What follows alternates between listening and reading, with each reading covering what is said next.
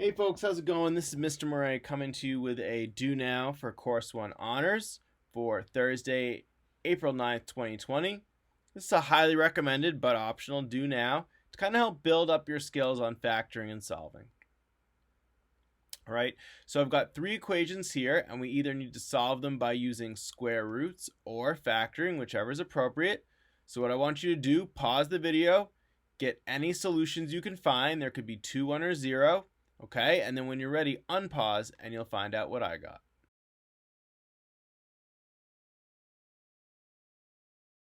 All right, moving on down, let's get started.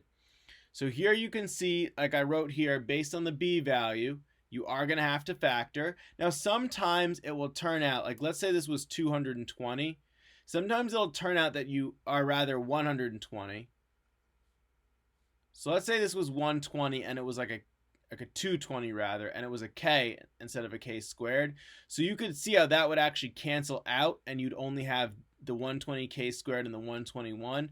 Sometimes that does happen, but in this case that's just not the case. So I'm going to subtract this, going to subtract here, okay, and that gives me 100k squared plus 220k plus 121 is equal to 0. All right, so I'll build my box. And again, we know that 100k squared is up here and 121 is down there. And so what we need, right, is we need to find what's going to get here to multiply to 100k squared and what's going to come here to multiply to 121. Now, immediately I notice that they're both perfect squares. That is, something times itself equals 100k squared, and something times itself equals 121, right? Specifically, 10k times 10k equals 100k squared, and 11 times 11 equals 121. All right, so let's see what happens when we fill this out. All right, so what we get is we get 110k, and this is another 110k. So notice they add up to 220k. So as it turns out, remember this is what we call a perfect square trinomial.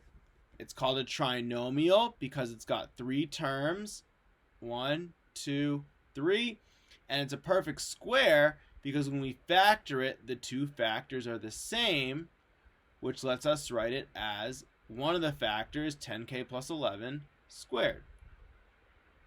All right, and now what we want to do is we want to set this equal to 0. So 10k plus 11 is 0.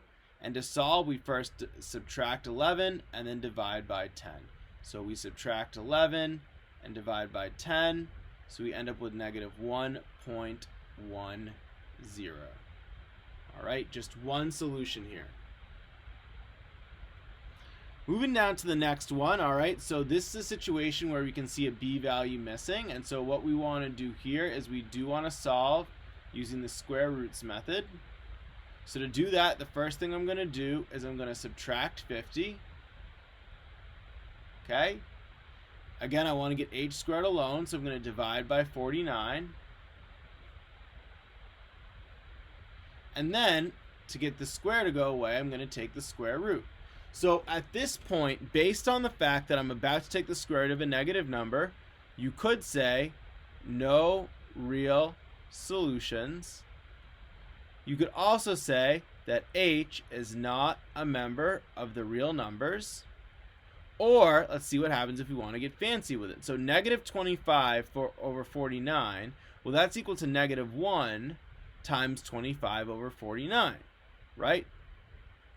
So if we break it up like this, well, the square root of 25 over 49, well, the square root of 25 is 5, the square root of 49 is 7, and then the square root of negative 1 is I, right? We talked about this a little bit in my introduction and my discussion about the imaginary numbers, right? We know that I is equal to the square root of negative 1, always.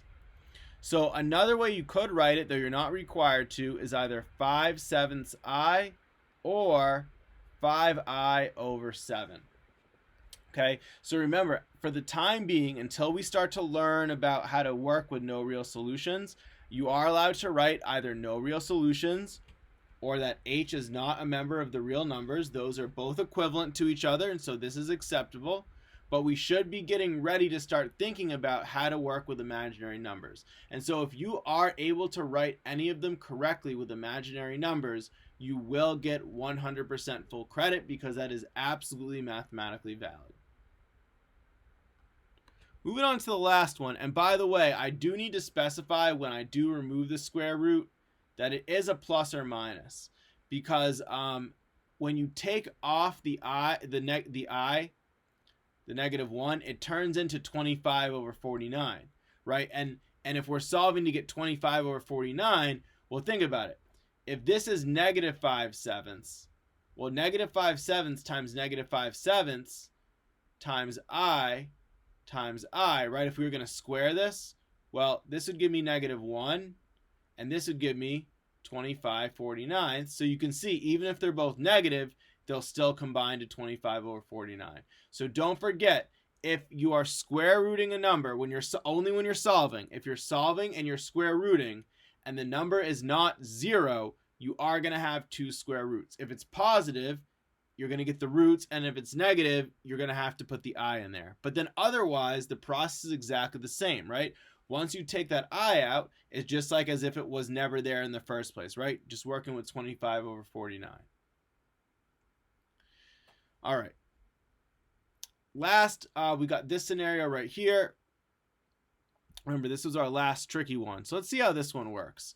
So again, we are going to have to use the method of factoring, and I know that because, again, the b value's there, and it's not going to cancel out when we set it equal to 0. So I'll do the subtraction. So 15s squared plus 78s plus 72 is equal to 0. So we do need to box that out. But before I do that, I'm noticing that 5 plus 1 is 6. So because the digits add up to 6, which is a multiple of 3, the number is divisible by 3. 7 plus 8 is 15, which is also a multiple of 3, so 78 is divisible by 3. And 7 plus 2 is 9, and that's a multiple of 3. So all 3 coefficients are divisible by 3. So I'm going to start by removing the 3, because it's easier to get something to multiply to 5 than it is to 15.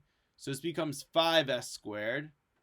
Okay, now I got to think about 78. So 3 goes into 7 twice, leaving a remainder of 1.